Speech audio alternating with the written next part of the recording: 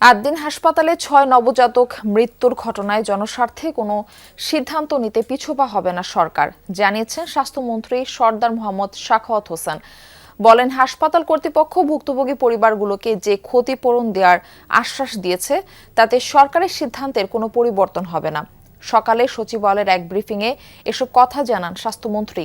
বলেন, 6 নবজাতক মৃত্যুর ঘটনায় হাসপাতাল কর্তৃপক্ষকে শোকজ নোটিশের জবাব দিতে আরও 2 দিন সময় দেওয়া হয়েছে। আগামীকাল এ বিষয়ে সিদ্ধান্ত জানানো হবে।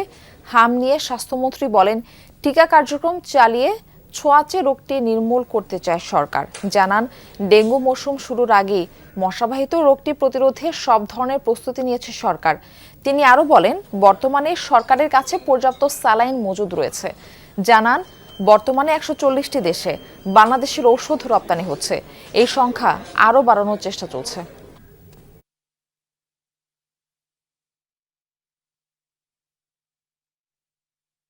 আমরা মিনিস্ট্রি আমরা দেখব আমাদের আইনানুগভাবে আমাদের পারমিশনের সাথে কি কি ব্যত্যয় ঘটেছে, কি অপরাধ করেছে, we will go to take action against that.